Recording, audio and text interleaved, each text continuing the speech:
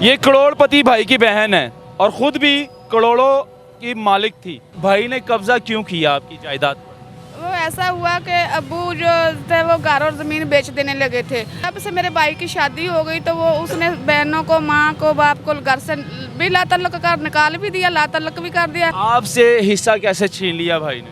वो ऐसे छीना के वो जो भाई था ना ज़मीन पे काश्त वही करता था, तो 13 मरले सर अब एक मरला तक नहीं दिया भाई? नहीं नहीं, वो तो मेरे जान का दुश्मन बन गया। बेटी की तरह? बेटी मेरी नंद के पास है, वो मुझे मिलने भी नहीं देती। उससे ना लोगों से मदद लेकर ना कि ये कहानी ये बनाई हुई है कि इसका बाप बहुत हो गया, माँ छोड़ के चली गई है, वारस करके तो लोग उसको देते हैं ना खर्चा, तो वो उन्होंने रोजी का जरिया बनाया हुआ उससे इंटरनेशनल बगैरता है मेरा भाई। वो कहता है कि इसको जान से मार दूं, किस्सा खत्म, ये सारी उम्र की मुसीबत गले। यानी कि तुम्हारी जान का दुश्मन भी बन गया? जी जी। ये करोड़पति भाई की बहन है और खुद भी करोड़ों की मालिक थी, लेकिन अफसोस की बात भाई ने सारी जायदाद पर कब्जा कर लिया, बहन का हक दिया नहीं और बहन को घर से बाहर निकाल दिया।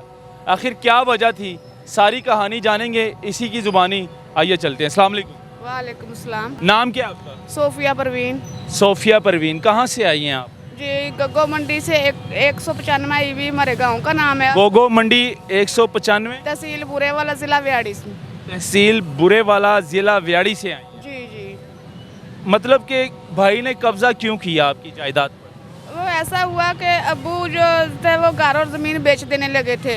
हमने प्यार से उसको मिन्नत तल्ला करके मिन्नत समाजत की कि चलो चीज़ बनी है, बनी रह जाएगी, तो नाम करवा ली अपने। कितने भाई बहन हो? हम 2 बहनें 1 भाई हैं। 2 बहनें और 1 भाई। तो जब से मेरे भाई की शादी हो गई तो वो उसने बहनों को, माँ को, बाप को घर से भी ला तल्लुक कर निकाल भी दिया, ला तल्लुक भी कर दिया।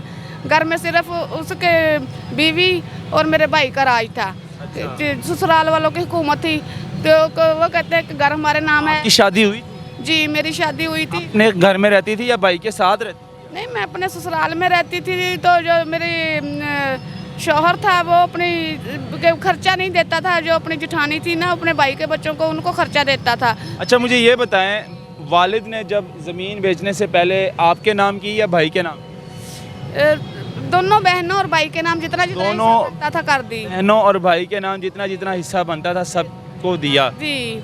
आपसे हिस्सा कैसे छीन लिया भाई ने? वो ऐसे छीना के वो जो भाई था ना ज़मीन पे काश्त वही करता था। अच्छा। तो इसी तरह काश्तकारी जो है आपकी भाई करते थे? जी। तो इसी तरह फिर उसने नहीं। कितनी ज़मीन आपकी बनती थी, आपका हिस्सा कितना बनता था? 1.5 कनाल कम 3 एकड़ थे हमारे। 1.5 कनाल कम 3 एकड़ टोटल ज़मीन। जी। 2 में 2 बहनें और 1 भाई का हिस्सा बनता। 13 मरले का घर है गांव में। यानी कि 1 कनाल 1 एकड़ लगभग आपका हिस्सा बनता है। जी जी जितना भी बनता है, तो 13 मरले। सर अब एक मरला तक नहीं दिया भाई? नहीं नहीं, वो तो मेरे जान का दुश्मन बन गया। कहता है मैं मुझे नज़र ही ना आए बहनें, बस मेरे बच्चे हों और मेरी बीवी हो और मेरे ससुराल वाले हों बस। बाकी सब रिश्तेदारों को, माँ को, बाप को घर से ला तल्लुक कर दिया है। निकाला भाई ने घर से? जी जी भाई ने निकाला। खामन किधर गया आपका? जी उसकी डेथ हो गई। अच्छा। तो यानी कि आप बेवा हो गए? जी बेवा हो गई। बेटी है मेरी, वो जो मेरे जेठ थे उन्होंने घर पर ज़मीन पर कब्जा कर लिया। बेटी की तरह? बेटी मेरी नंद के पास है, वो मुझे मिलने भी नहीं देती। अच्छा। जो वो कहती है भाई के साथ भाभी होती है, भाई नहीं रहा तो मेरा तुम्हारे से कोई रिश्ता नहीं है। मेरी बेटी से वो भीख मंगवाते हैं और उसको रोजी का जरिया बनाया हुआ है। बेटी आपसे मिलने की कोशिश नहीं? बेटी आती मिलती है तो, लेकिन वो नहीं, उसे ना लोगों से मदद लेकर ना कि ये कहानी ये बनाई हुई है कि इसका बाप बहुत हो गया, माँ छोड़ के चली गई है, जो लावारस करके तो लोग उसको देते हैं ना खर्चा, तो वो उन्होंने रोजी का जरिया बनाया हुआ उससे। तो लोगों के घरों में भी सुबह को दूध लेने, लस्सी लेने, जिन्होंने खानी है वो लेने जाएं, उसको भेजते हैं। बच्चे को कौन इनकार करेगा? यतीम है बेचारी है, तो उसके जरिए से उसे भीख समझ लें या जो भी समझ लें। यानी कि बेटी के कान में और वहाँ के लोगों के कानों में ये बात डाली है इन्होंने कि माँ छोड़कर चली गई, वालिद फौत हो गए। जी जी। अच्छा। इस जरिए से जो है ना उससे भीख मंगवाते हैं। जी जी। लोग ये तो सरासर गलत कर रही हैं, ज्यादती हुई है आपके साथ तो बहुत। जी बहुत हुई। एक में जो मेरा भाई को क्या कहना चाहेंगे? भाई का नाम क्या है? जवेद तारक। जवेद तारक इस टाइम देख रहा है, क्या कहना चाहोगे? मैं तो उसकी शक्ल भी देखना नहीं चाहती, इससे अच्छा था मुझे वल्ला भाई ना देता। अच्छा। हाँ यानी कि भाई ने बहन का हक खा लिया है। जी।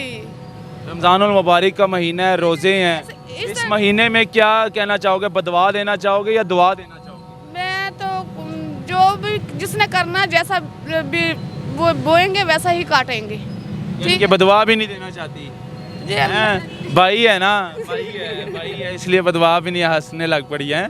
दिल नहीं करता ना बदवा देने के हाँ, लिए, लेकिन खून का रिश्ता है। हाँ, खून का लेकिन शर्म आनी चाहिए भाई को भी जी जी। कि बहन को ऐसे घर से मामू था, उसने भी ऐसा ही किया कि मेरी माँ की ज़मीन नाम करवा ली, ले बह का इंतकाल करवा लिया, बयान उससे दिलवा लिए कि बयान दिए कि मैंने खरीदी है, लेकिन दिया कुछ नहीं और जो है। आपकी दूसरी बहन है उसको हिस्सा मिला कि नहीं मिला? जी मिला है। उसको कितना हिस्सा मिला है?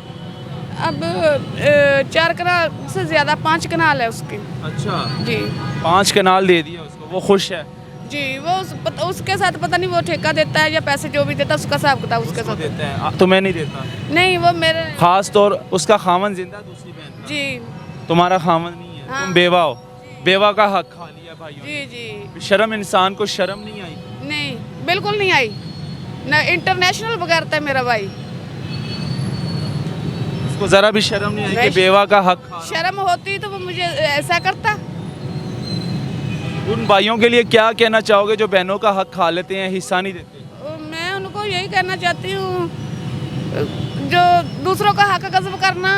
दूसरों का नहीं, बहनों का। जी बहनों का बहनों का तो हक बनता है, भाइयों जी, का जी। देना चाहिए। जो बहनें खास तौर पर बेवा हो जाती हैं उनका तो हक खाना भी नहीं चाहिए, यतीमों का हक नहीं खाना जी चाहिए। जी। तो वो कहता है कि इसको जान से मार दूं, किस्सा खत्म, ये सारी उम्र की मुसीबत गले यानी कि तुम्हारी जान का दुश्मन भी बन गया जी जी तुम्हारा भाई? जी। मैंने उसके वो खिलाफ थाने नहीं गई? गई हूँ थाने में, आप कहे तो मैं इधर दिखा सकती हूँ आपको। पुलिस ने क्या किया? पुलिस गई थी, पुलिस ने थाने बुलाया फिर उसको।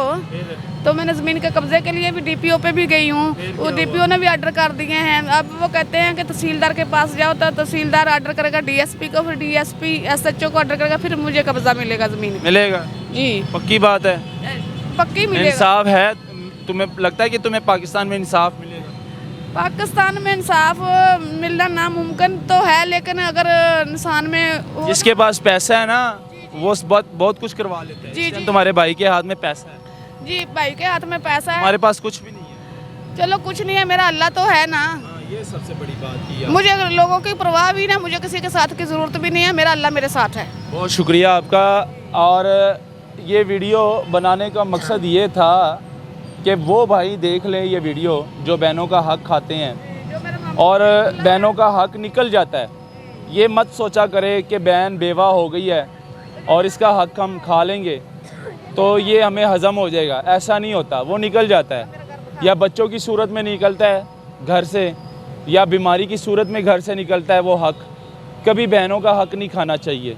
ख़ास तौर पर जब वालिद प्रॉपर्टी छोड़कर जाए तो उसमें बहनों का हिस्सा लाजमी बनता है, कानूनी तौर पर भी बहनों का हक बनता है। और जब वालिद चला भी जाए, हक आपको ज़मीन लिख कर दे दें तो उसमें भी आप बहनों का हिस्सा दें निकाल के जितना उनका बनता है। लेकिन अफसोस की बात उन भाइयों के लिए शर्म का मुकाम है कि जो भाई बहनों का हक खाते हैं और सारी प्रॉपर्टी चालाकी से और फ्रॉड के ज़रिए अपने नाम करवा लेते हैं और बहनों को घर से बाहर निकाल देते हैं।